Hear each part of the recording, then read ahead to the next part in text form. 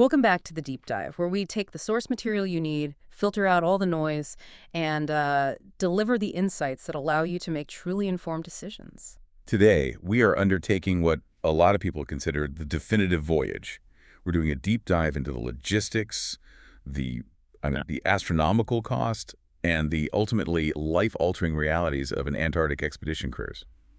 We are charting a course for the White Continent. We are? That's right, Antarctica, the seventh continent, the most, pristine wilderness left on Earth. And it's a destination that really demands complete dedication. It's not a casual trip. Not at all. Yeah. We're talking about an investment that easily rivals a year of private university tuition. It demands long, really complex flights, a willingness to face the unpredictable Southern Ocean, and a commitment to just leave the world, behind for 2 solid weeks. And that financial barrier alone is enough to stop most people cold. It really is. It's not just a vacation, like you said. It's a profound investment. So the central question for our analysis, and this is based entirely on the experiences and journals shared in your source material, has to be this. When you factor in all the logistical headaches and that significant financial outlay, is a journey to the end of the world truly worth the expense? And that is our mission today for you, the learner. We want to help you gain a fast but profoundly thorough understanding of the entire experience. We really want to move you from that curious phase to the, let's say, strategically planning phase. Okay. So we'll be charting the course right now, covering everything from the necessary evil that is the infamous Drake Passage. Necessary evil is a good way to put it. All the way to the critical difference the type of ship makes to your actual time on shore. And we will analyze the essential activities, those close, humbling encounters with, hundreds of thousands of penguins, the physics of Zodiac cruising through an iceberg graveyard, and the sheer physiological shock of the polar plunge. Yeah, we have to talk about that one. We do. And crucially, we will dissect the emotional and intellectual vibe of the continent, because this is where we really determine the true value proposition. Does Antarctica change you enough to justify the cost? Okay, let's unpack this monumental journey. Where do we even begin? I guess we have to start at the gateway to the end of the world. To even embark on this voyage, you first have to reach the designated launch pad. And for the vast, vast majority of all expedition cruises to the Antarctic Peninsula, that means traveling to Ushuaia, Argentina. Ushuaia. Just the name itself, it conjures up images of remoteness, doesn't it? It really does. Geographically, it is the southernmost city in the world, dramatically situated on the Beagle Channel at the very tip of Tierra del Fuego, and it's universally branded as El Fin del Mundo. The end of the world. The end of the world. And our sources all emphasize that when you land there, the environment, the wind, the sheer remoteness, it absolutely drives that point home. You feel it. You really do. And its function is multifaceted. It serves as, a hard logistical staging area, but also, and this is key, a crucial psychological decompression chamber. Decompression chamber. So what does that mean in practice? Well, logistically, this is the last place on Earth to buy any gear you forgot, check your passport for the 10th time, and coordinate with your expedition team. It's the necessary buffer zone. Okay, that makes sense. The last outpost of civilization. But what's fascinating to me here is the psychological preparation you mentioned. The travel to Ushuaia itself is often complex, right? Multiple long-haul flights. Oh, absolutely. And the sources recommend spending at least 2 days there. Why is that? Why not just get on the boat? Because it allows you to physically recover from the journey, which is grueling, but more importantly, it lets that sense of anticipation build. You're watching these expedition ships arrive in the harbor, you're looking at the dramatic peaks around the town, and you start to internalize the sheer magnitude of what you're about to do. And you're meeting people, I imagine. You're meeting the initial cohort of travelers, exactly. Those strangers who are about to become your floating village. That shared sense of anticipation starts right there in Ushuaia. That buildup sounds critical, but the moment the ship casts off from Ushuaia's harbor, that's when the real rite of passage begins. That's it. We are talking, of course, about the Drake Passage. The legendary, or maybe notorious, 2-day crossing that separates the tip of South America from the South Shetland Islands, which are, the first sighting of the Antarctic region. And geographically, we need to understand why it's so terrible sometimes. Right. It's not just open water. No. Yeah. This expansive open ocean is where the Atlantic, the Pacific, and the vast, powerful Southern Oceans all meet. There's nothing to stop them. And that creates something called the Antarctic Circumpolar Current, or the ACC. Crucially, yes. This is the largest ocean current on Earth. It flows uninterruptedly around the entire globe, completely unimpeded by any significant landmass. So when the ACC meets the continental shelf and the relatively shallow depth of the Drake Passage, and then it interacts with those prevailing westerly winds. The result is just massive, unpredictable wave system. Exactly. Chaos. And that lack of anything to slow the water down leads directly to its dual reputation, what all the travelers in the sources call the Drake Lake or the Drake Shake. Let's break those down. The lake is the ideal scenario. You're talking a gentle roll, relatively calm seas, clear skies. Which sounds lovely. It is. You get these spectacular sightings of giant wandering albatrosses following the ship. It's almost a pleasant anticipatory cruise in that case. But the Shake? The Shake is a completely different beast. If you hit the Drake Shake, you are entering a world of violent, sustained motion. Our sources were talking journals and first-hand accounts. They mention waves routinely exceeding 30 or even 40 feet. 40 feet. That's hard to even picture. It is. They describe learning, quite intimately, the physics of gravity inside your own cabin. Discovering exactly where the contents of your luggage will fly if you don't secure it. It requires mandatory seasickness medication for almost everyone. And just moving around the ship. Moving down the hallways is literally staggering and bouncing from one wall or handrail to the next. Okay, but wait. If the motion is that severe, are we talking about a genuine safety concern, or is it just extreme discomfort? And I mean, how does the engineering of these specialized vessels mitigate the actual danger? That's where the technical investment comes in, and that directly explains part of the massive cost of these trips. Modern expedition ships are built specifically for this hostile environment. So they're not just standard cruise ships. Not at all. They are mandated to be ice-strengthened, or ideally, full ice-class vessels. Right. But more relevant to the Drake Passage, they feature very sophisticated stabilization systems. I found the details on the stabilization fascinating. We aren't just talking about a passive design, like the shape of the hull. We're talking about active fin stabilizers. Can you elaborate on how those actually work in this unique environment? Absolutely. Active fin stabilizers are essentially computer-controlled wings that extend out from the hull below the waterline. So when the ship begins to roll, say a massive wave hits the port side, the fins automatically and instantly adjust their angle of attack. Like the wing of a plane. Exactly like that. And they create an opposing hydrodynamic force that dampens that roll motion dramatically. But doesn't that imply a significant trade-off? If the fins are actively resisting the ocean, are they sacrificing speed? I mean, does choosing a slower, more stable ship significantly cut into your valuable landing time once you actually reach the peninsula? That is the precise trade-off. Speed is often compromised for stability and, robustness. However, the time dedicated to the Drake Passage, 2 days down, 2 days back, that's pretty non-negotiable regardless of the ship's speed. So the goal isn't speed. The goal isn't necessarily speed. The goal is to safely deliver the passengers in a condition where they can actually enjoy the destination, not spend 2 days recovering from severe motion sickness after they arrive.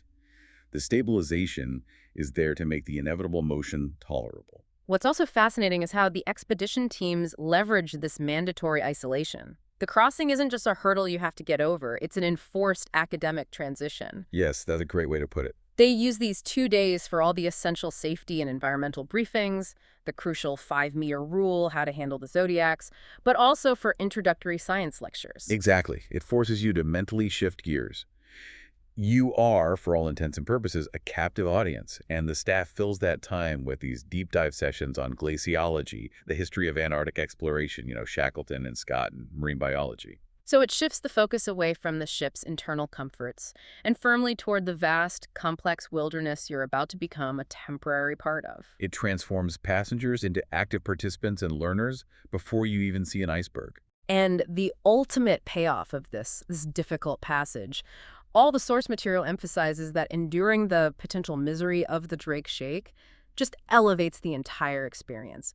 When you finally catch that first glimpse of the South Shetland Islands, a massive tabular iceberg, or the misty, snow-capped peaks of the peninsula, it doesn't feel like a simple arrival. No. It feels like a genuine, hard-earned discovery. That sense of having conquered something difficult, even if it's just 2 days of severe discomfort, it amplifies the sense of awe upon reaching the White Continent exponentially.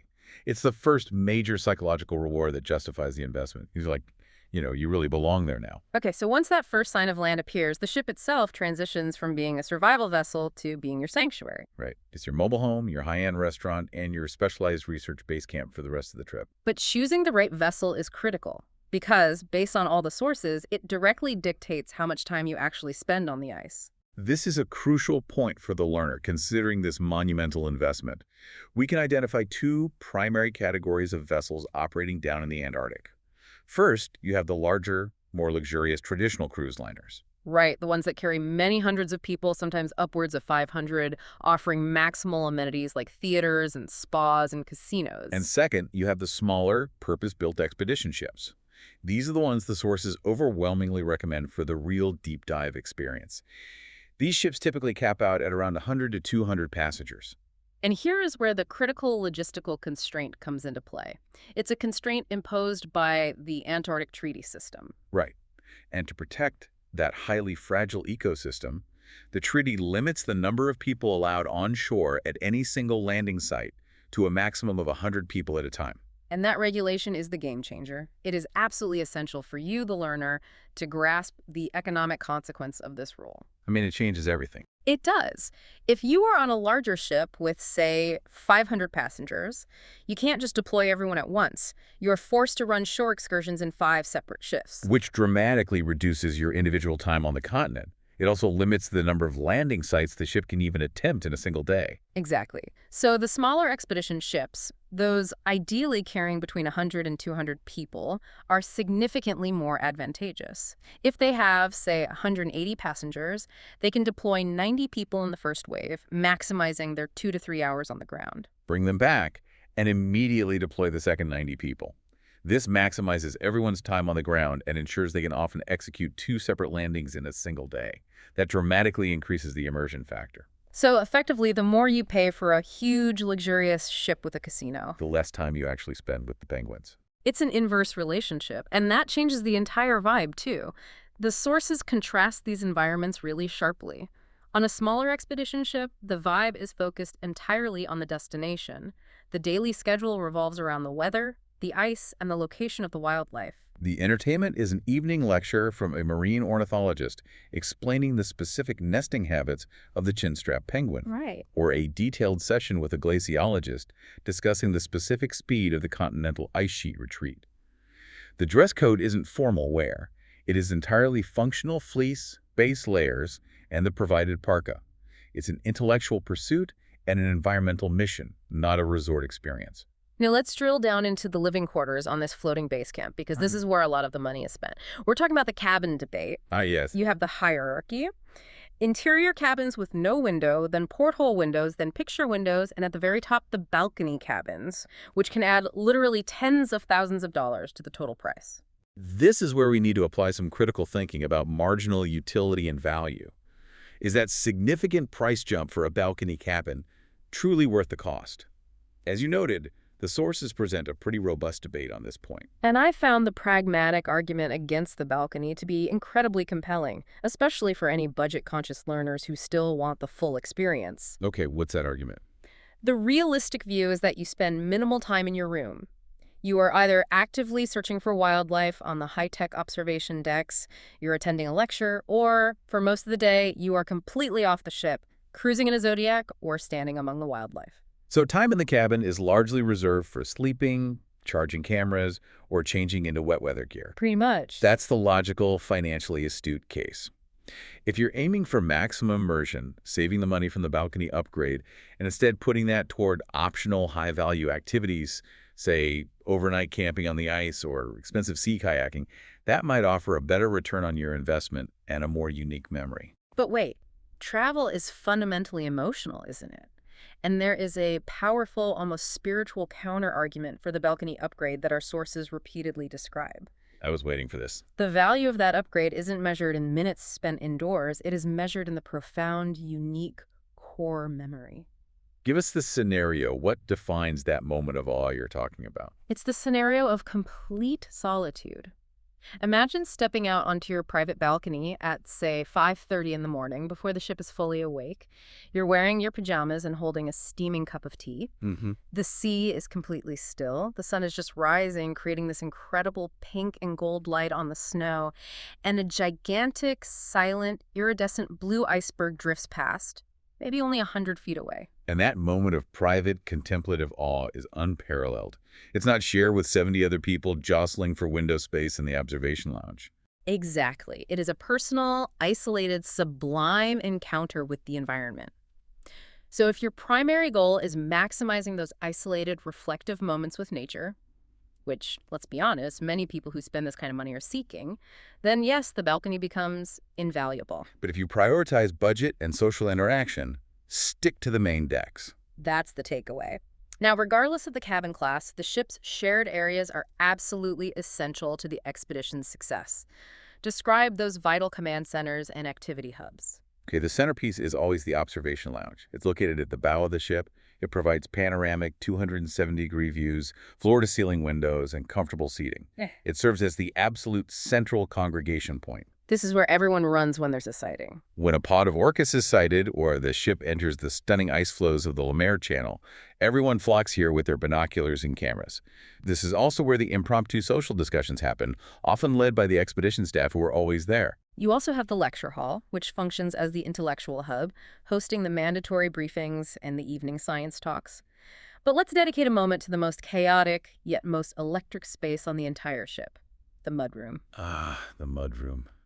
It sounds so mundane, doesn't it? It does. But it is the physical space where the expedition begins and ends each day. It's a functional, high-traffic zone designed for pure efficiency. It's where every passenger keeps their bulky gear. The insulated waterproof boots provided by the company, the waterproof outer trousers, and their life vests.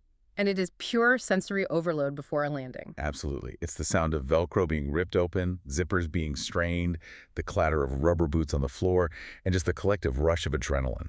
Before every landing, there's this controlled, highly charged chaos. You're rushing to get ready. You're rushing. You're making sure your waterproof layers are properly sealed, receiving a quick last-minute instruction from a staff member, and then lining up to exit the ship and descend to the staging area for the Zodiacs.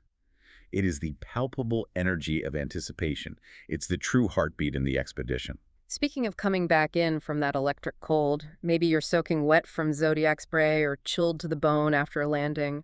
The warmth of the ship suddenly feels like a true life-saving sanctuary. Oh, absolutely. And what better way to celebrate surviving the day than with a truly incredible meal?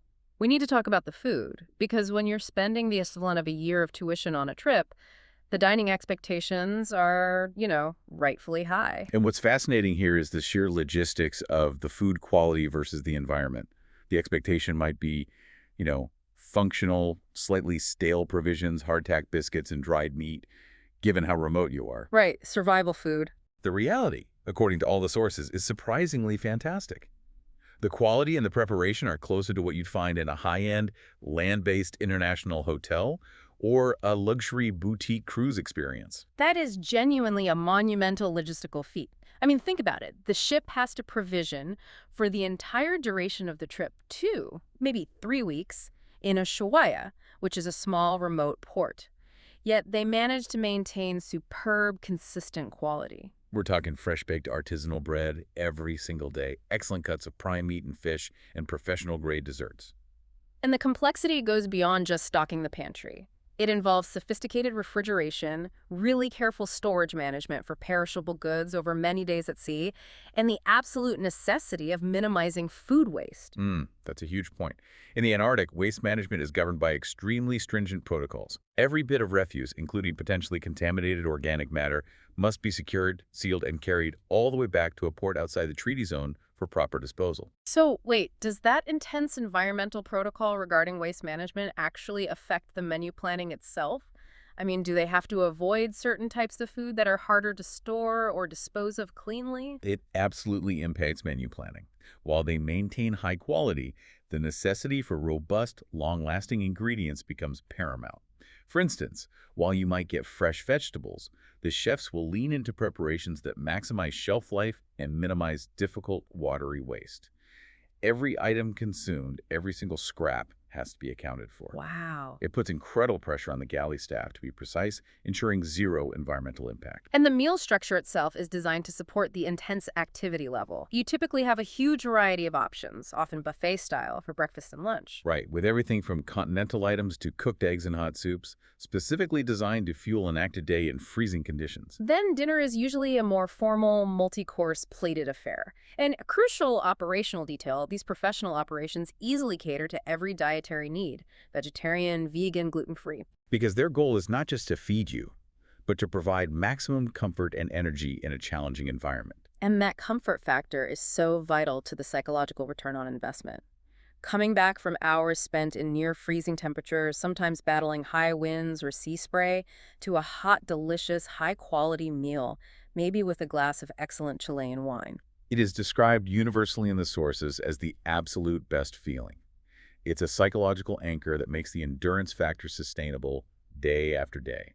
And that shared experience leads directly into the core social dynamic of the trip. Unlike traditional cruising, where you might just stick with your established group, the structure of expedition dining actively encourages conversation and interaction. Right, tables are often large, and guests are encouraged to rotate and sit with different people every single night. This is where that floating village community really gels. You're swapping stories with people from vastly different backgrounds: a retired engineer from Japan, a glaciologist from Switzerland who might be lecturing on the ship, an experienced travel writer, or a doctor from the UK.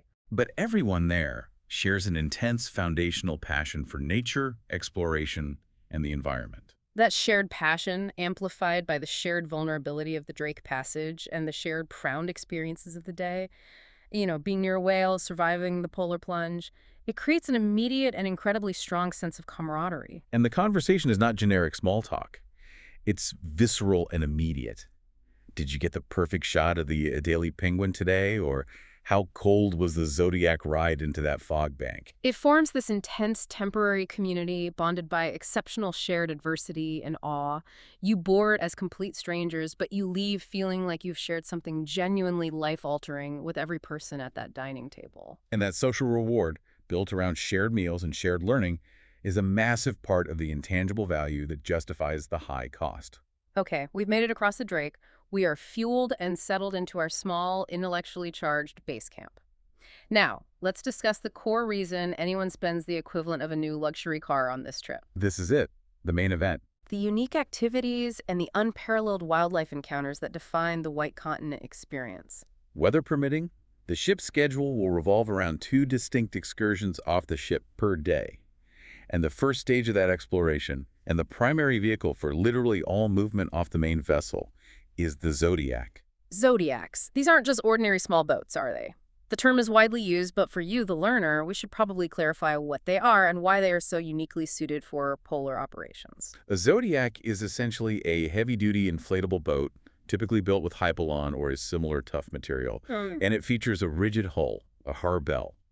They are incredibly stable, highly maneuverable, and critically, they have a very shallow draft. Meaning they can get in close. Meaning they can navigate extremely close to shore, ice flows, and into shallow bays without any risk of damage. They are the absolute workhorse of the expedition. And the Zodiac cruise itself is not just transport from point A to point B. It's an immersive activity in its own right. Oh, for sure. The sources describe cruising through what they call iceberg graveyards or iceberg alley, maneuvering carefully between massive sculptures of deep blue and pristine white ice. It's a surreal landscape. And the drivers, who were almost always highly trained expert guides, marine biologists, or geologists, act as both navigators and spotters. The ability to get that close to the environment is the key feature. You might find yourself weaving around a massive tabular iceberg, maybe the size of a city block. Or, more thrillingly, encountering wildlife. Leopard seals, the apex predators of the region, are frequently found sunbathing lazily on small, isolated ice floes. You can approach to that regulated 5-meter distance to observe them in their element, completely undisturbed. And then comes the moment everyone pays for: the landings. Stepping off that tough little inflatable and setting your boots onto Antarctic soil or gravel is described as a truly emotional and surreal feeling. You are literally standing on the 7th continent. Having completed a feat of travel few ever achieve. And you are instantly, physically surrounded by life. Mm. This is where the sheer unbridled abundance of it all hits you. You will be walking among penguin colonies, often numbering in the hundreds of thousands of Gentoo chin straps and maybe the more distant adelies. We absolutely must address the sensory reality of a massive, bustling penguin colony. It is a full-body experience. The constant noise, the immense squawking, the chattering, the trumpet-like calls, it's overwhelming. And the smell. Let's talk about the Oh, smell. the smell. The smell is intense. It is the odor of guano, which is extremely pungent, fishy, and ammonia-rich. It's a clear signal of a massive, active, highly concentrated colony. But the journals and traveler accounts are consistent on this point. While it's shocking at first, the brain rapidly accommodates the smell. Right, because the visual and behavioral spectacle is just so captivating that it overrides the olfactory senses. You just kind of forget about it after a few minutes. And what's fascinating here is the behavioral detail the sources provide. Because these animals evolved without any land predators, they have zero innate fear of humans. They are driven entirely by curiosity and their extremely complex, chaotic social lives. You watch them porpoising out of the water, waddling right up to your boots, sometimes trying to untie a shoelace, and engaging in what can only be described as petty crime. Yes, the petty crime. I love that detail. Yeah.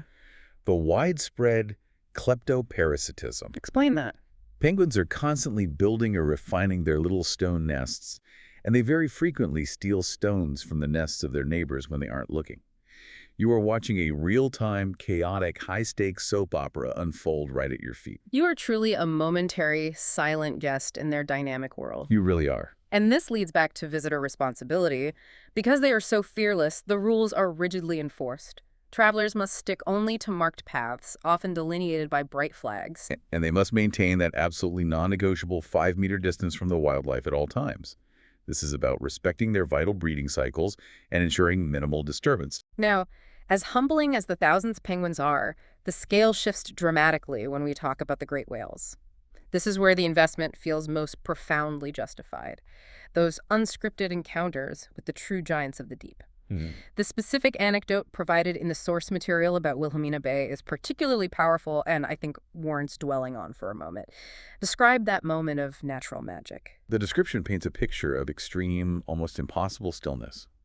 The Zodiac cruise is navigating Wilhelmina Bay, an area famed for whale activity, and the water is absolutely flat like black reflective glass. Wow. And then, without any prior warning, 2 massive humpback whales surface right next to the Zodiac. To be that close, not in a large research vessel, but in a small, low-slung Zodiac, that puts you eye to eye with an animal the size of a city bus. It does. What did the sources emphasize about the immediate sensory impact of that? The sources focus not just on the sight, which is incredible, but on the sound. The profound, massive exhalation, the blowhole as the whale vents air, and that sound echoes across the quiet, glass-like water. You can probably feel it. The reports describe a collective, involuntary gasp from everyone present, followed by absolute, reverent silence. It's a primal sound, an immediate connection to the raw, immense power of the planet that makes the hair stand up on your arms.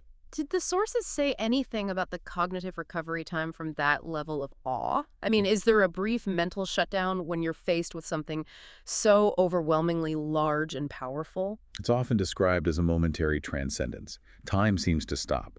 For those 60 seconds, you are not thinking about your phone, your job, or the cost of the trip. You're purely registering existence alongside this giant, ancient creature. It's the unpredictable, unscripted nature of these encounters that provides the highest return on investment. Moments that cannot be manufactured or guaranteed anywhere else on Earth. Exactly.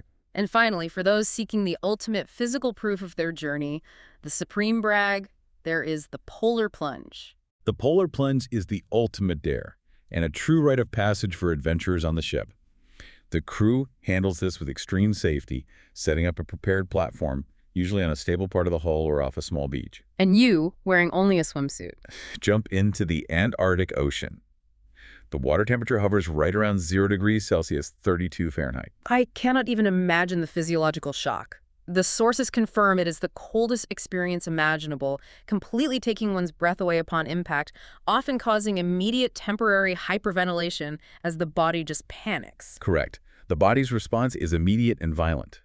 However, the entire activity is structured to be swift and immediately rewarding. You jump in, you swim for a second, you scramble out quickly. And crew is right there. The crew is there instantly, wrapping you in a huge towel or a robe.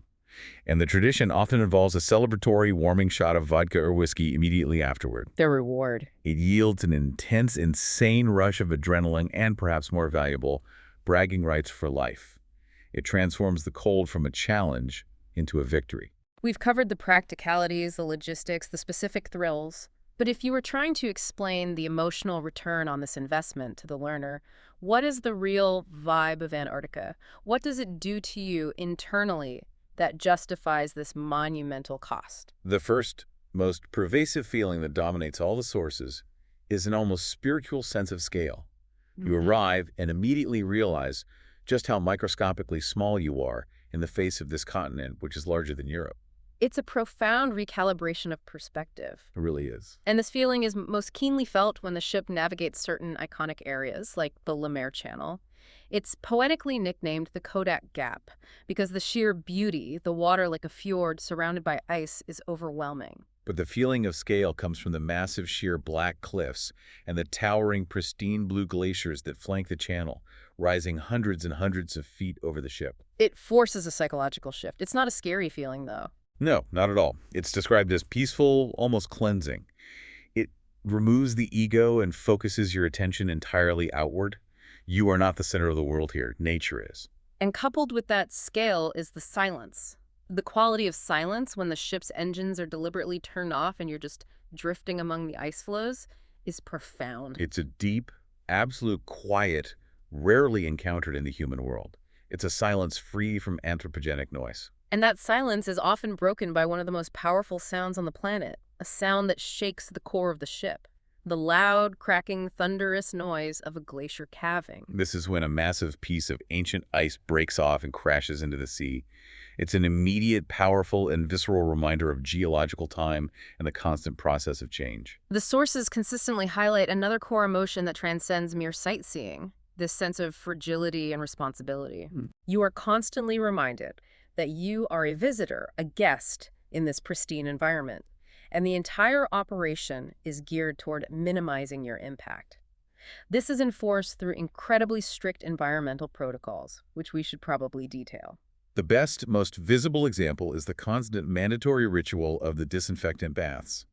Before and after every single landing, every traveler must physically step through a bath filled with a specialized disinfectant solution for their boots and their outdoor gear.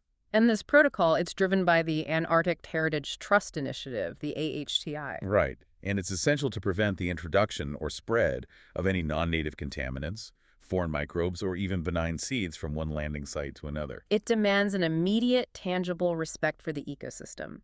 You're told to clean every pocket, every zipper, and every piece of Velcro before you even arrive in Antarctica.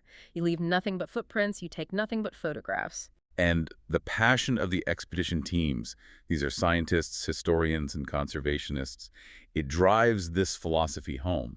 Their enthusiasm for protecting this area is infectious, and it changes the perspective of the travel. You leave the trip with a much deeper, more urgent appreciation for conservation. And the critical need to protect the last truly wild places on Earth. It is an investment in a changed worldview. And finally, that amazing camaraderie, that intense short-term community we discussed earlier. Being part of this floating village of adventurers, united by this shared quest, forges connections that often last long after the ship docks. It transforms the memory from a solo experience into a collective, validated journey. It provides clarity, profound wonder, and a deep appreciation for shared human experience against a backdrop of natural majesty. Well said. Before we give our final, crucial verdict, let's synthesize some highly specific practical advice for you, the learner, who is investing this kind of money. We need to go beyond the basics. What should you strategically skip, or what insider planning tips emerge from the sources? Okay, the first piece of strategic advice is focused on maximizing your sensory return. Skip the photo obsession. Interesting. It's incredibly tempting to view the entire landscape through the screen of a camera or a phone, but travelers consistently report missing the critical moments of sensory immersion while they're trying to frame the perfect shot. But wait, are we suggesting that the camera is a distraction? I mean, our sources do indicate many travelers, especially younger ones, report missing key sightings while trying to frame the perfect shot. But doesn't that suggest that for the modern traveler, the perfect picture might win over the real-time sensory input? It's a trade-off, definitely. but the sources advocate for cognitive prioritizing. The mental snapshots, listening to the loud crackle of ice melting in the wake of the zodiac, watching the complex social dynamics of a penguin colony unfold right at your feet, those are ultimately more valuable and more lasting than anything stored on a memory card. So the advice is to balance it. Balance the camera usage. Take your essential shots, then put the device away and look with your own eyes. Absorb it. Okay, my second strategic piece of advice focuses on the logistics. Skip complex, cheaper flight routing. Oh, this is a big one. For travelers coming from North America or Europe, do not try to save a little bit of money by booking flight connections that require you to switch airports or have long, awkward overnight layovers far from your final departure point. That's excellent advice. The logistics of just getting to Ushuaia are already complex. It often involves a connection in Buenos Aires or Santiago and then a final hop. Minimize the points of failure. Because the risk of delayed luggage, which contains your crucial base layers and specific gear, is simply too high to justify saving a few $100s on a trip that costs 5 figures. Fly direct to your gateway city and minimize that risk. And finally, skip the optional activities that overlap too much with the standard, provided excursions. For example, if sea kayaking is offered, really scrutinize the schedule. If it significantly reduces your time on the essential shore landings, the main event, it might be a strategic skip. Precisely. You are paying a premium for those highly regulated landings on the continent itself. Prioritize time on shore, time with the penguins, and time on the zodiac searching for whales. Only select optional activities like snowshoeing or camping if they offer a distinct, non-overlapping experience. So pack smart, prioritize shore time, and travel with minimal risk. #outro. We have completed our deep dive. We've covered the engineering required to survive the Drake Passage, the critical difference the 100-person treaty constraint makes to your shore time. The humbling up-close wildlife encounters, the psychological shock of the polar plunge, and the profound cleansing silence of the White Continent. It is a trip that requires extensive planning, a tolerance for unpredictable seas, and, let's face it, a truly monumental financial commitment. So we arrive at the final, crucial synthesis. After dissecting all the source material, considering the logistics, the challenges, and the profound emotional rewards, the question remains, is the Antarctica expedition cruise worth the price? Unequivocally, the consensus from the journals and the traveler feedback is 100%, absolutely worth every single penny. Wow, 100%. It must be mentally reframed immediately. It's not a vacation. It's an investment in a life-altering experience that permanently recalibrates your sense of wonder and your place within the grand scale of the world. I agree with that reframing completely. However, there is one essential condition for you, the learner, to achieve that maximum value. You must go all in. What does that mean? You have to fully embrace the potential for discomfort. You have to attend those lectures and genuinely absorb the knowledge from the guides. You have to engage with your fellow passengers, sharing your stories and perspectives, allowing the environment to shape your experience, not just be a backdrop for it. It is a journey that challenges you physically and emotionally, and it rewards you with memories that simply are not achievable on a normal trip. The feeling of the wind on the peninsula, the sound of the whale's blowhole, the massive white continent rising up over the horizon after 2 days on the Drake Passage. That is a moment, according to our research, that lasts forever. It provides not just memories, but clarity, wonder, and an urgent, deep appreciation for the fragility of the planet. And on that note of fragility, which the sources emphasize so heavily through those strict decontamination baths and the rigid 5-meter rule for wildlife, we want to leave you with a final thought to mull over this week. Okay. If visiting Antarctica demands such stringent decontamination and respectful behavior to protect its pristine state, what immediate, small conservation change could you apply to your own daily life, at home, at work, in your city, to mimic that 5-meter respect for the planet? Think about the impact of that small behavioral shift applied universally. A profound thought for a truly profound destination. Thank you for joining us on this deep dive into the Light Continent. We look forward to diving into your next stack of sources soon. Until then, safe travels and keep exploring.